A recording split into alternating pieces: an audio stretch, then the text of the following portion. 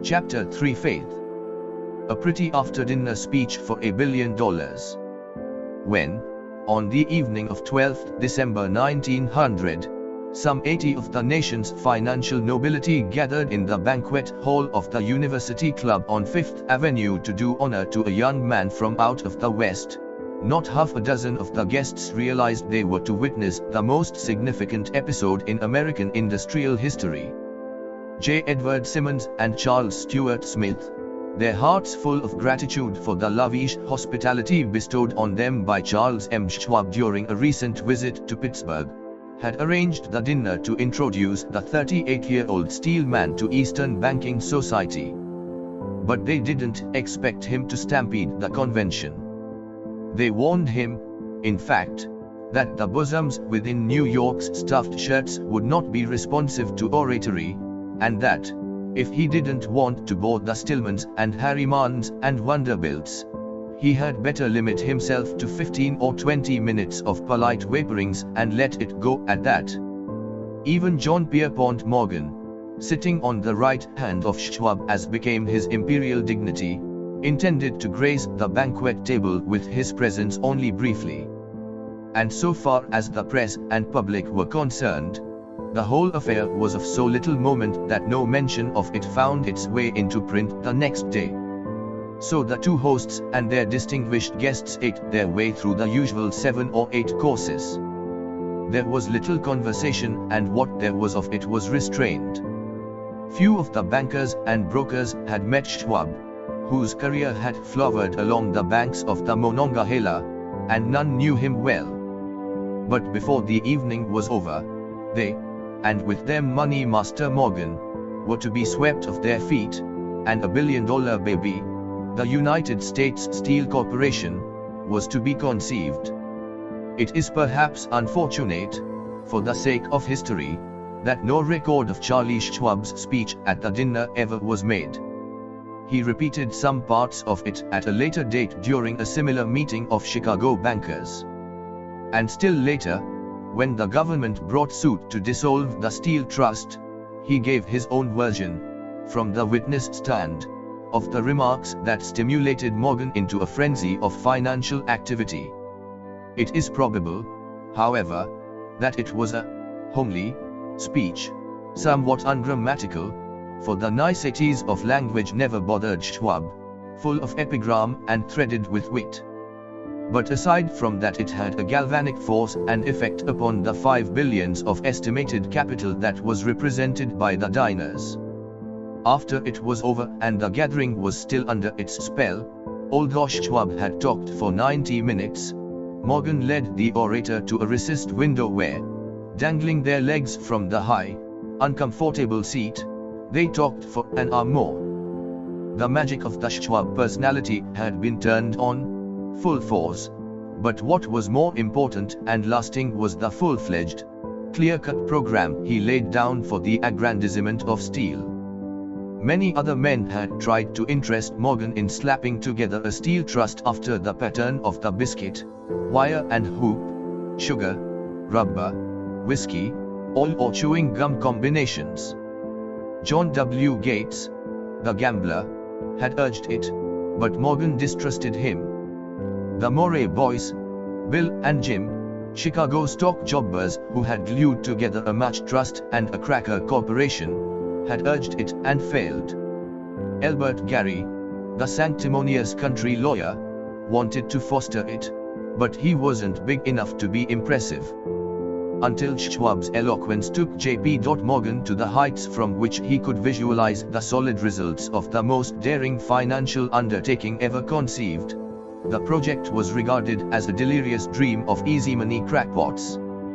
The financial magnetism that began, a generation ago, to attract thousands of small and sometimes inefficiently managed companies into large and competition-crushing combinations, had become operative in the steel world through the devices of that jovial business pirate, John W. Gates. Gates already had formed the American Steel and Wire Company out of a chain of small concerns, and together with Morgan had created the Federal Steel Company. The National Tube and American Bridge Companies were two more Morgan concerns, and the Moray brothers had forsaken the match and cookie business to form the American Group, Tin Plate, Steel Hoop, Sheet Steel and the National Steel Company. But by the side of Andrew Carnegie's gigantic vertical trust, a trust owned and operated by 53 partners, those other combinations were picayune. They might combine to their heart's content, but the whole lot of them couldn't make a dent in the Carnegie organization, and Morgan knew it. The eccentric old Scot knew it, too. From the magnificent heights of Skibo Castle he had viewed, first with amusement and then with resentment, the attempts of Morgan's smaller companies to cut into his business. When the attempts became too bold, Carnegie's temper was translated into anger and retaliation. He decided to duplicate every mill owned by his rivals. Hitherto, he hadn't been interested in wire, pipe, hoops, or sheet. Instead, he was content to sell such companies the raw steel and let them work it into whatever shape they wanted. Now, with Schwab as his chief and able lieutenant, he planned to drive his enemies to the wall. So it was that in the speech of Charles M. Schwab, Morgan saw the answer to his problem of combination. A trust without Carnegie, giant of them all, would be no trust at all, a plum pudding, as one writer said, without the plums.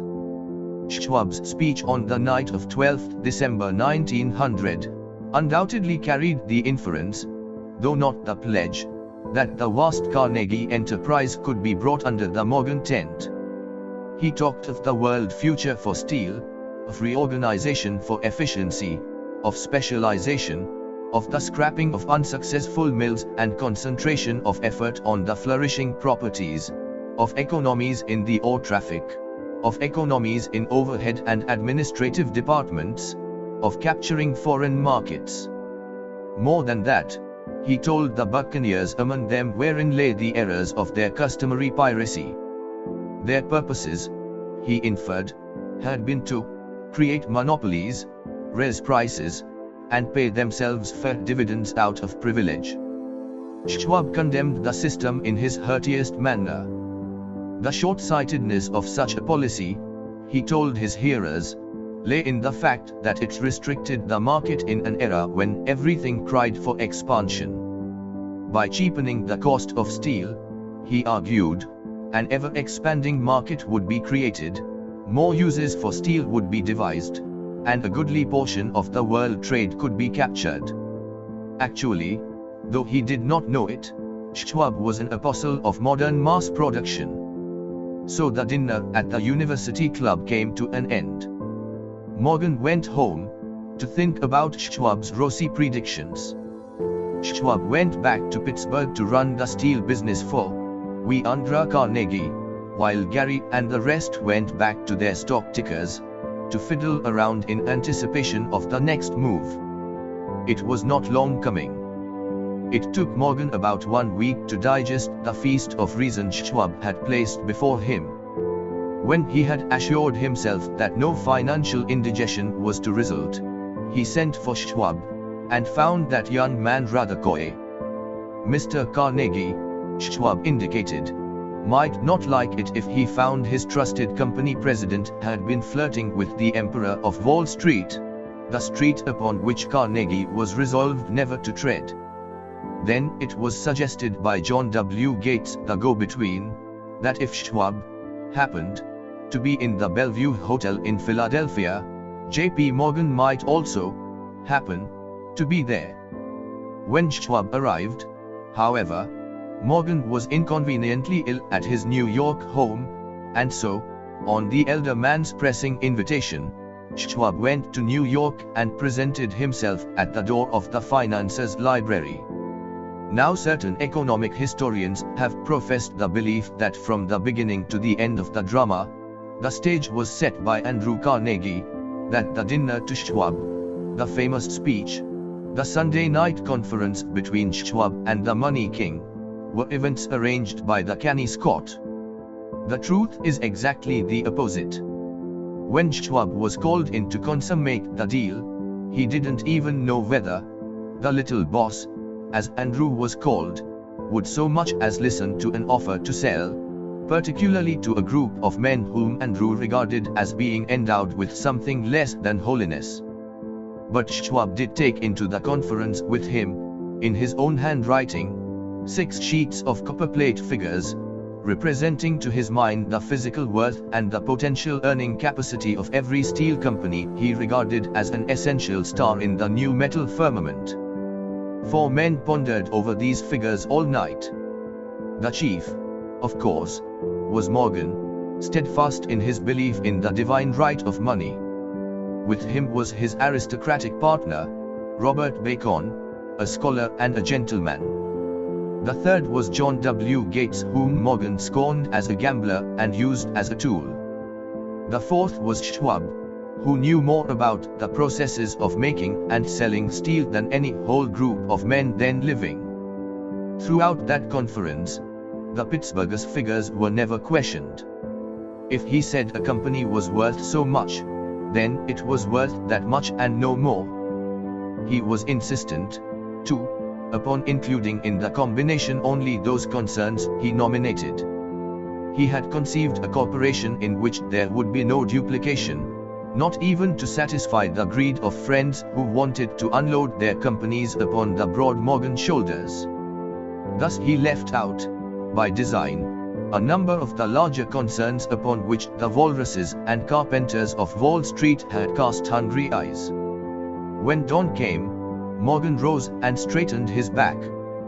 Only one question remained.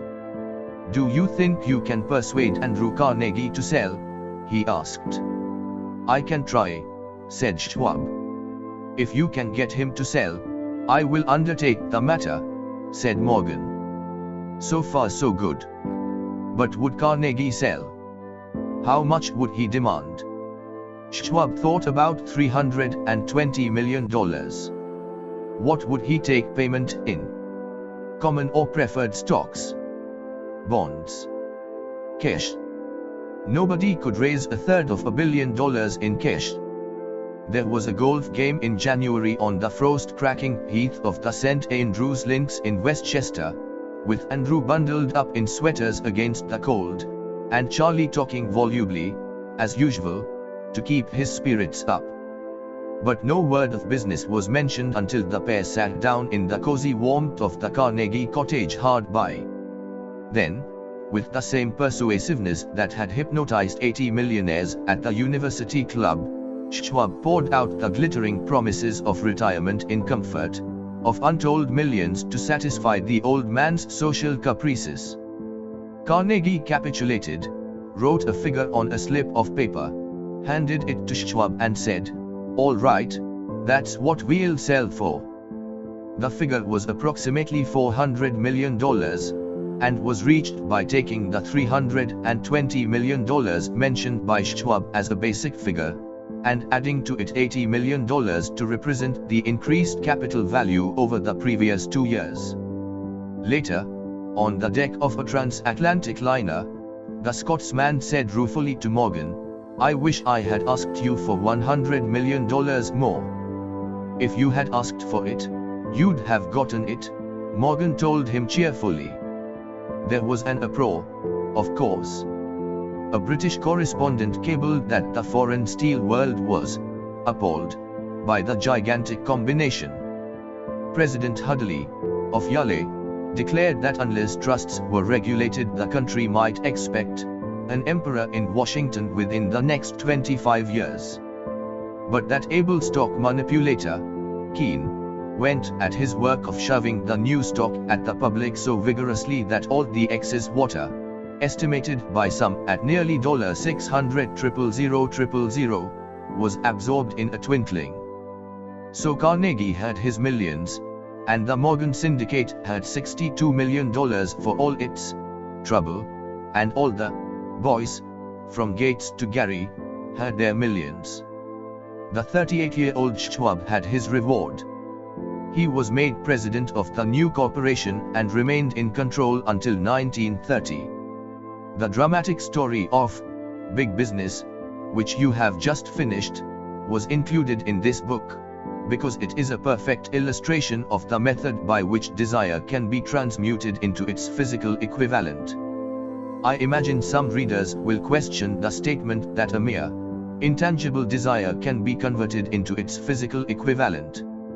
Doubtless some will say, you cannot convert nothing into something. The answer is in the story of United States Steel. That giant organization was created in the mind of one man. The plan by which the organization was provided with the steel mills that gave it financial stability was created in the mind of the same man. His faith, his desire, his imagination, his persistence were the real ingredients that went into United States Steel.